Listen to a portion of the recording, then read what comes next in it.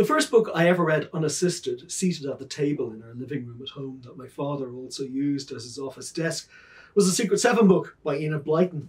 Given that I began it not long after I was taught to read at Loretto Primary School, I must have been no more than 5 years old, young enough at least, to struggle with words of more than one syllable.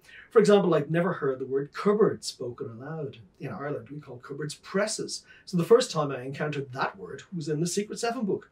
And because it was a word of 2 syllables, I broke it down into its shorter parts, cup and board, so that for many years that was how I pronounced cupboard. Cupboard. My mother must have thought she was living with little Lord Fauntleroy. Enid Blyton, who died in 1968, the year of my birth, although the 2 events were, as far as I can tell, unrelated, wrote just under 800 books in her lifetime, which is a lot by anyone's reckoning, and certainly more than any child could have hoped to read. While I also read her collections of fairy stories and some of her famous 5 series, I preferred The Secret Seven.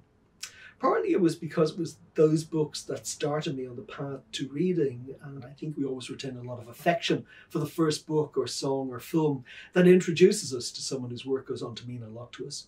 To be perfectly honest, I don't remember which Secret Seven book it was that I read, and I don't think it matters, because the mysteries they investigated were never terribly mysterious and kind of blurred into one another after a while.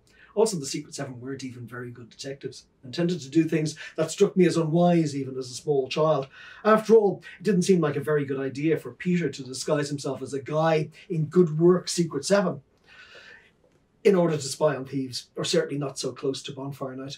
For me, the pleasure of the books, though, lay more in the personalities of the children who went to regular schools like my own, not boarding schools, and their occasional disagreements, fallings out and reunions. They were versions of people I knew or might like to have known, and that familiarity was enough for me to want to spend time with them. Many years later, when I was speaking at a literary festival, a young reader pointed out that the first novel I ever read was a detective story, which had never struck me before because I didn't think of the Secret Seven books as detective stories. They were just Enid Blyton books. And it's probably no coincidence that so many of the novels I went on to write had a mystery element to them, or involved like the land of lost things, the kind of eerie old houses that used to draw the attention of the Secret Seven.